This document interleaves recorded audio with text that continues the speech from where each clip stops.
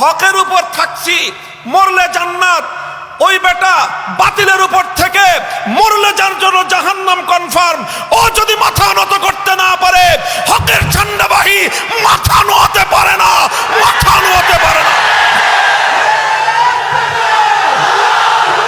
বহু মানুষ আমার দিকে তাকিয়েছিল যে ওই লোকটা যেন নতি স্বীকার না করে, সে যেন মাথাটা নত না করে।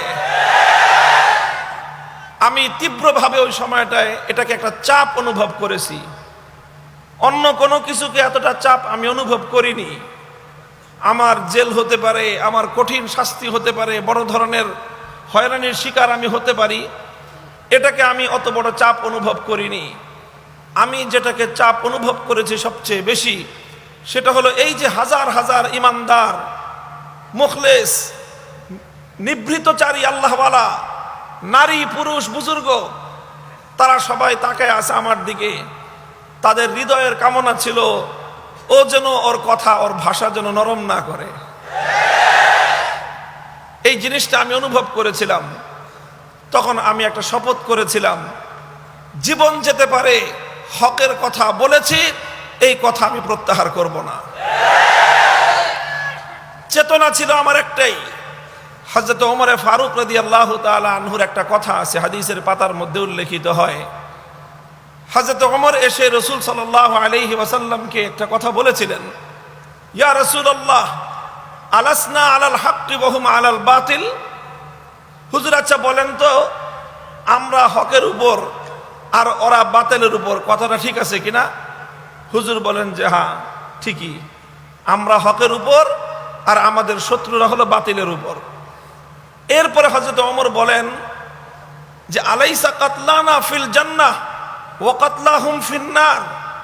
হুজুর, আরেকটা প্রশ্নের জবাব দেন, আমরা হকের উপর থেকে যদি মৃত্যুবরণ করি তাহলে খোদার জান্নাত হবে আমাদের ঠিকানা, আর আমাদের প্রতিপক্ষ বাতিলের উপর থেকে যদি ওরা মরে তাহলে ওরা যাবে জাহান্নামে।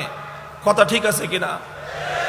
হুজুর সাল্লাল্লাহু আলাইহি ওয়াসাল্লাম বলেন যে হ্যাঁ, তোমার এই কথাটা তো ঠিক, যে আমরা হকের উপর, ওরা বাতিলের উপর, আমরা মরলে জান্নাত, ওরা মরলে জাহান্নাম। হযরত ওমর বলেন, তাহলে ফালা মা নুতি হাযিহিদ দুনিয়া, তাহলে আমি কেন মাথা নত করব? হকের উপর থাকছি, মরলে জান্নাত। ওই বেটা বাতিলের উপর থেকে মরলে যার জন্য জাহান্নাম কনফার্ম। ও যদি মাথা নত করতে না পারে, হকের ঝান্ডাবাহী মাথা নোয়াতে পারে না, মাথা নোয়াতে পারে না।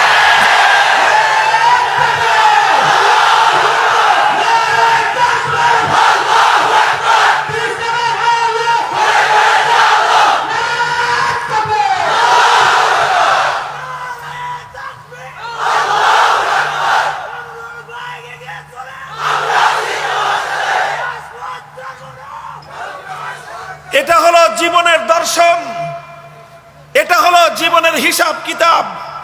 তুমি যদি বাতিলের পক্ষে থেকে তোমার সুর নরম করতে না পারো, তুমি যদি বাতিলের উপর থেকে তোমার কথা প্রত্যাহার করতে ব্যর্থ হও, তোমার কথা প্রত্যাহার যদি তুমি করতে না পারো, আমি হকের কথা, তাওহীদের কথা, কোরআনের কথা আমি কেন প্রত্যাহার করব? জীবন যাবে, রক্ত দেব, হকের পথ থেকে আমরা বিচ্যুত হতে পারি না। হিসাবে কোনো সমস্যা আছে?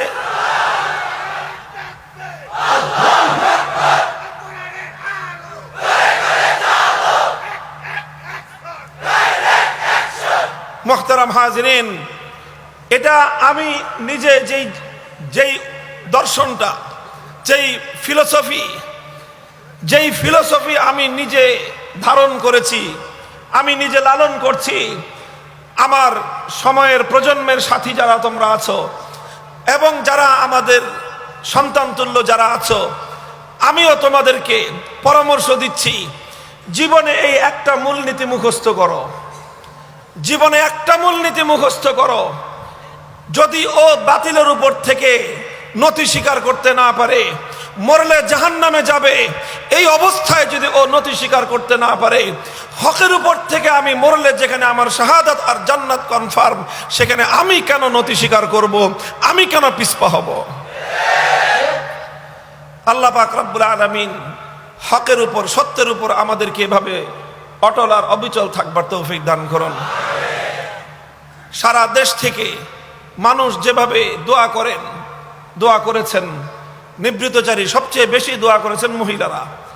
হাজার হাজার লক্ষ লক্ষ মহিলা মা বোনেরা রোজা রেখে সাদাকা করে দোয়া করেছেন, আল্লাহ যেন তার এই বান্দাকে হকের উপর অটল রাখেন। আমি তাদের কোনো প্রতিদান দিতে পারি না, তাদের জন্য মাঝে মাঝে 2 রাকাত করে নামাজ পড়ে আল্লাহর কাছে দোয়া করি, আল্লাহ আমার কাছে তো তোমার এই সকল বান্দাদের এই ইখলাস আর এই তাদের আত্মার আন্তরিকতার প্রতিদান দেওয়ার কোনো কিছু আমার কাছে নাই। হে আল্লাহ, তুমি তাদেরকে জাযায়ে খায়ের এবং পরিপূর্ণ প্রতিদান দান করো। কাটার 2-3টা কথা আমি আপনাদের সম্মুখে আরজ করি। আমি আপনাদের সম্মুখে একটা হাদিস পাঠ করেছি। আল্লাহ রাসূল সাল্লাল্লাহু আলাইহি ওয়াসাল্লাম ইরশাদ করেছেন, মান লাম ইয়াতাগান্না বিল কুরআনি ফালাইসা মিন্না, মান লাম ইয়াতাগান্না বিল কুরআন ফালাইসা মিন্না। এই হাদিসের 2টি ব্যাখ্যা রয়েছে। শব্দ হলো ইয়াতাগান্না বিল কুরআন। মুহাদ্দিসিনে কেরাম এর 2 অর্থ করেছেন। এর প্রথম অর্থ হলো, যে ব্যক্তি কোরআনে পাককে সুন্দরভাবে সুললিত কণ্ঠে তেলাওয়াত না করবে সে আমার উম্মত হওয়ার উপযোগী না। অর্থাৎ কোরআন তেলাওয়াত করতে হবে সুমধুর কণ্ঠে। এখন আপনি বলবেন যে হুজুর আমার কণ্ঠই তো সুন্দর না।